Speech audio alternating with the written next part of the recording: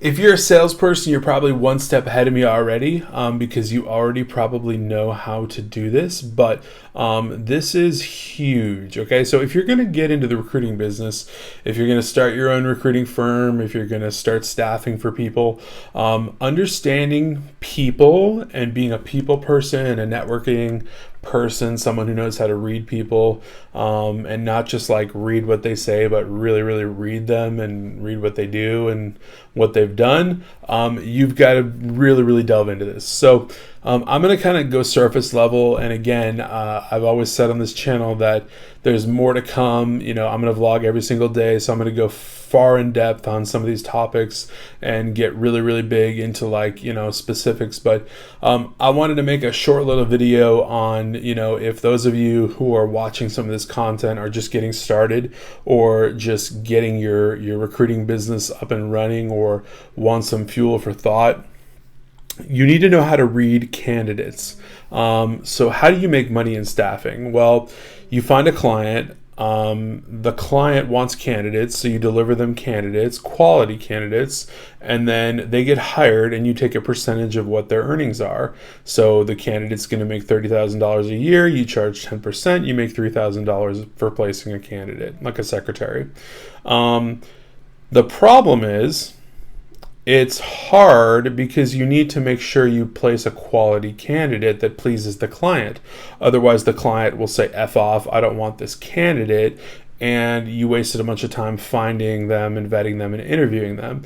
So knowing how to read a candidate and knowing how to understand like the needs of the client versus like the qualifications of the candidate and knowing how to match the two together is pretty much the most critical skill you can have in recruiting besides actually selling clients on your staffing services. So long story short, knowing how to read people is massive in this business. So like I said, if you're a salesperson, you're one step ahead of me. You already know how to do this. If you've ever done phone sales, you really know how to do this. If you've ever done face-to-face, door-to-door sales, you really know how to do this.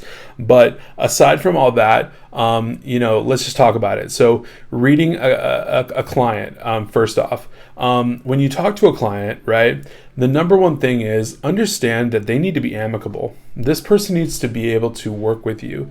They don't need to be making demands off the bat. They don't need to be making really hardcore, crazy, requirements of you off the bat. I need a candidate by Friday or we can't, work together. That's not going to work out. Or I need, them to have, this PhD level, whatever, something.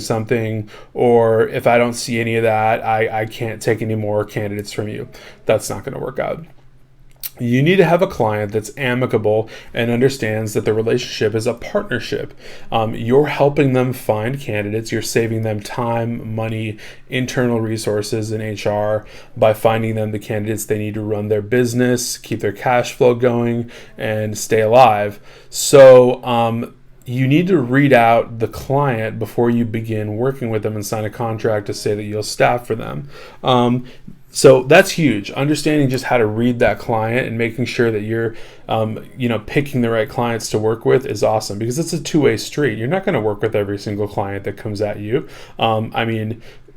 Some, yeah, but a lot of the times you want to be picky. As a recruiter, I'm not going to work with certain clients if they don't respond to me over the course of 2 weeks, and they don't get back to me. It's a waste of my time. I'm not going to wait on them to ping them back and forth over and over. So read the client out, feel them out, understand their demands, understand their demeanor, find out about them. Is this person an asshole? Is this person totally amicable and they know what staffing already is? They've used staffing agencies before and they know how to work with them, that's a good client. So read the client out, feel the client out, understand exactly what they're all about so that you can know they're a good client to work for, because ultimately at the end of the day, you could get screwed monetarily and otherwise. But that's the first part of it.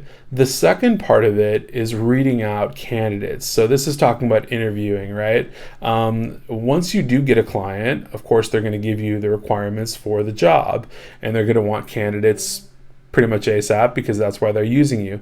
So you're going to begin your interview process, and however you source your candidates, if you're talking like Craigslist, or if you're talking Indeed.com, or if you're talking ZipRecruiter or whatever, however you're sourcing them, doesn't matter. Once they get into your pipeline and they actually start pinging you on email or you're getting them on phone calls, you need to read out the client. Okay. One of the first things I ever heard a recruiter say that rang the truest to me is that the most uncertain thing in recruiting is people, because people lie. People are fickle. They lie all the time.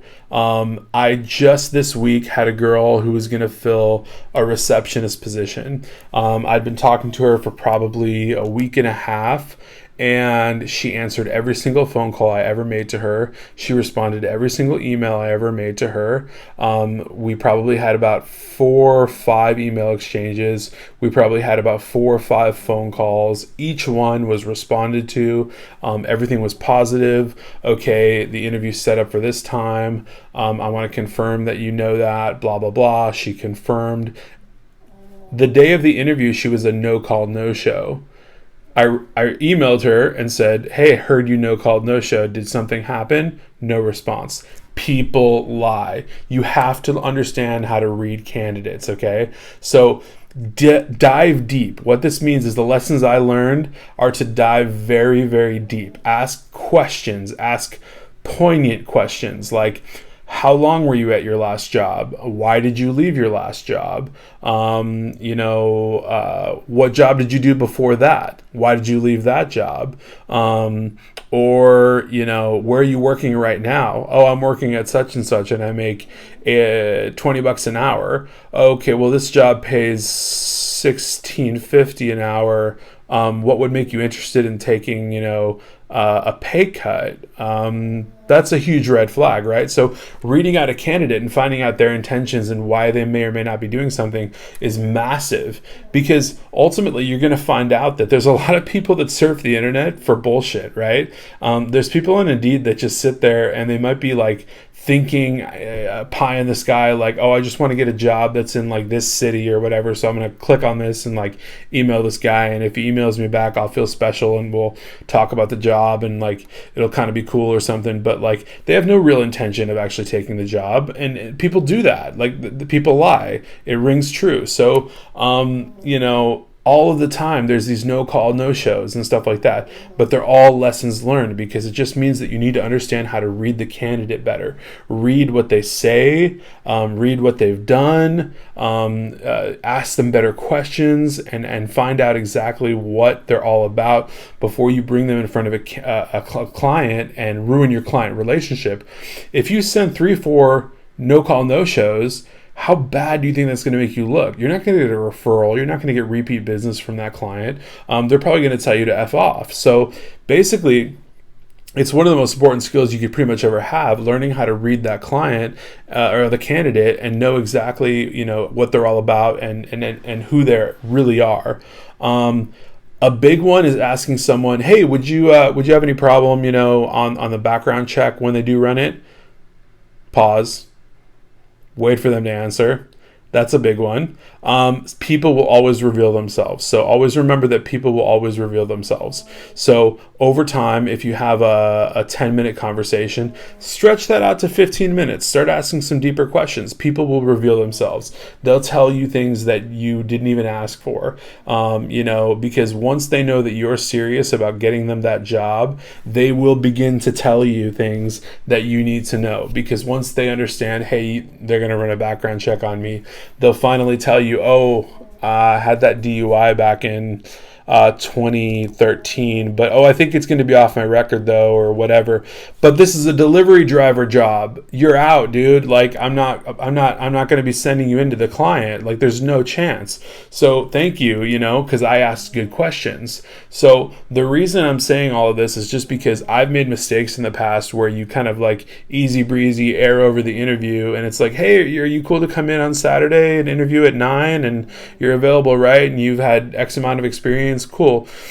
But ultimately, you find out they're a no call, no show, or you find out that they've got a terrible personality and you just didn't talk to them longer than 3 minutes to find out. So you learn, you calibrate, you change things, but ultimately reading people is a huge skill in recruiting. Understanding who your candidate is, just as much as understanding is who your client is, are both equally important, because at the end of the day, you're putting a synergy together between the two, and that's what equates to the money in your pocket. So knowing how to read the client, knowing how to read the candidate, knowing how to put them together, super important. That's it for the vlog today. Catch you guys next time. All right, thanks. Bye.